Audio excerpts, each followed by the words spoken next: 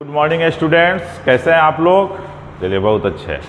तो हम लोग डिस्कस कर रहे थे प्रीवियस वीडियो में बिहार बोर्ड 23-24 बैच के विद्यार्थी के लिए जो वेरी सिमिलर क्वेश्चंस है उसी को।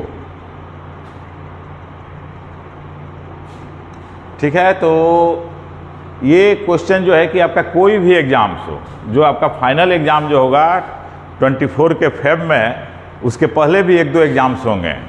जैसे मंथली जो एग्ज़ाम चलेगा वो होगा, इसके अलावा आपका सेंटअप होगा, उसके बाद फाइनल होगा। तो उसी सारे एग्ज़ाम्स को पॉइंट ऑफ व्यू में रखते हुए हमने एक क्वेश्चन की सीरीज़ शुरू की है, जिस सीरीज़ से ये सारे तरह के जो भी एग्ज़ाम्स हो गए वो वेरी सिमिलर क्वेश्चन है। वो मान के चलिए कि इसी में से आपके एग्ज़ाम्स में प्रत्येक एग्ज़ाम में क्वेश्चन पूछे जाएंगे। ठीक है, तो देरी नहीं करते हुए हम लोग अब आगे कंटिन्यू करते हैं कि हम लोग 24 क्वेश्चन डिस्कस कर चुके थे, नहीं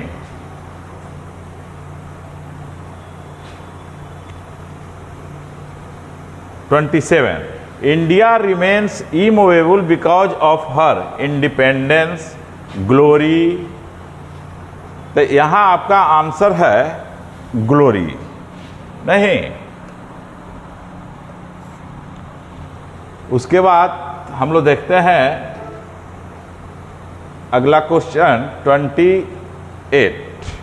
देखिए, इसमें ऑनेस्टी और इलिटरेसी भी था, लेकिन आपका आंसर क्या था? ग्लोरी था।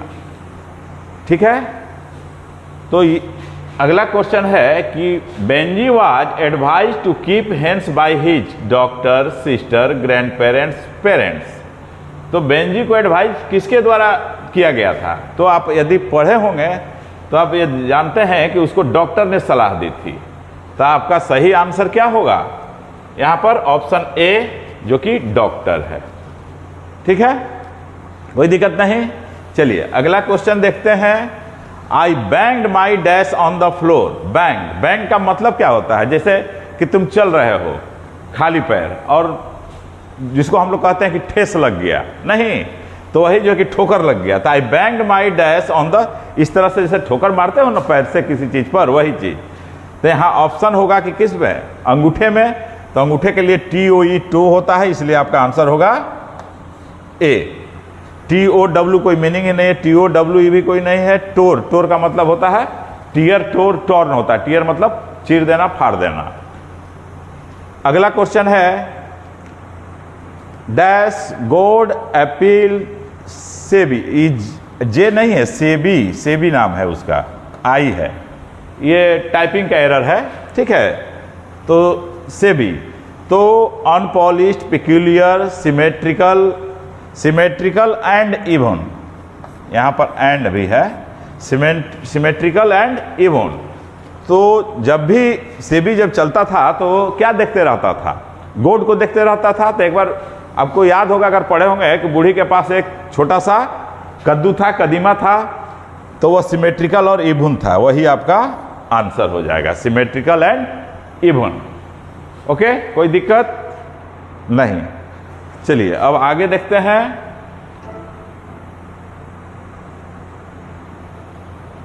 थर्टी टू नंबर क्वेश्चन है choose the incorrect sentence. Incorrect यानी कि गलत। तो ये जो वाक्य दिया हुआ है इसमें देखना है कि गलत कौन है, ग्रामर मीनिंग की दृष्टि से। अब देखते हैं हम लोग। आई डोंट केयर ऑफ दिस। यहां फुल स्टॉप होगा सब जगह,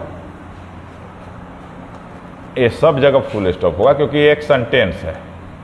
ठीक है, I don't care of this, he got off the train, the workers are on strike, the tree was covered with flowers. तो इस दिए हुए चारों सेंटेंस में तो आपका गलत है ये, आपका आंसर होगा ए, क्योंकि केयर ऑफ नहीं होता है। क्या होता है? केयर के साथ फॉर होगा। यहां पर केयर फॉर दिस, यहां सही क्या होता? अगर फॉर रहता तो यह वाक्य सही हो जाता। तो इसलिए आपको इनकरेक्ट चुनना है। तो इनकरेक्ट कौन होगा? ए होगा। He got off the train, get off का मतलब होता है उतरना, गाड़ी पर से जो उतरते हैं ना ट्रेन से या बस से, that is called get off. Phrasal verb है। फ्रेजल वर्ब जब हम अलग से एक क्लास लेंगे तो उस पर डिटेल्स में आप लोगों को डिस्कस करेंगे। अभी यहां पर देखिए, the workers are on strike. Workers क्या थे? स्ट्राइक पर थे। तो ऑन स्ट्राइक सही इडियम है। The tree was covered with flowers, covered के साथ ऑलवेज विविध होता है। जैसे हम कहते हैं कि आकाश बादलों से घिरा हुआ था, it means the sky was covered with clouds. उसी तरह से the tree was covered with flowers, फूलों से ढका हुआ था। तो ये भी सही है, यानी तीनों सेंटेंस सही है। गलत कौन है? ए है, इसलिए आपका आंसर हो जाएगा ए। नेक्स्ट क्वेश्चन देखते हैं। Small pox has been eradicated dash India, in India, from India, within India, at India. सबसे पहले ये जाने कि इरेडिकेट का मतलब क्या होता है। इरेडिकेट का मतलब होता है जड़ से खत्म कर देना। क्या होता है? जड़ से खत्म कर देना। यानी स्मॉल पॉक्स इरेडिकेट कर दिया गया है कहां से? इंडिया से। यहां पर क्या हो जाएगा? आपका सही आंसर होगा फ्रॉम। ओके, कोई दिक्कत नहीं। चलिए आगे देखते हैं। Choose the correct spelling. यहां आपको स्पेलिंग देखना है। प्रिपेयर शब्द भिन्न भिन्न तरीके से लिखा हुआ है, तो सही स्पेलिंग कौन होगा? ये तो बहुत सिंपल वर्ड है, आप सब लोग जानते हैं कि इसमें आंसर क्या हो जाएगा?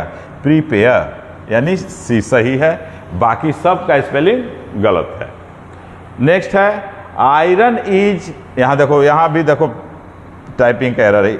सुपरलेटिव डिग्री है तो द लगेगा ना जी, सुपरलेटिव डिग्री के पहले हमेशा द लगता है। तो क्या हो जाएगा? India is the most useful of all the metals. Choose the correct negative sentence, इसको निगेटिव बनाना है। तो इंटरचेंजेज ऑफ डिग्रीज पढ़े हुईएगा, तो उसमें आपको बताया गया होगा, या हम पढ़ाएंगे तो आप लोग को बतलाएंगे कि वो ऑप्शन पहले देख लीजिएगा कि सेंटेंस क्या दिया हुआ है। तो देखिए, iron is not useful of all metals, no other is as useful as iron, useful is not metal. यहाँ पर आंसर और नो अदर, देखो यहाँ पर ऑप्शन एक और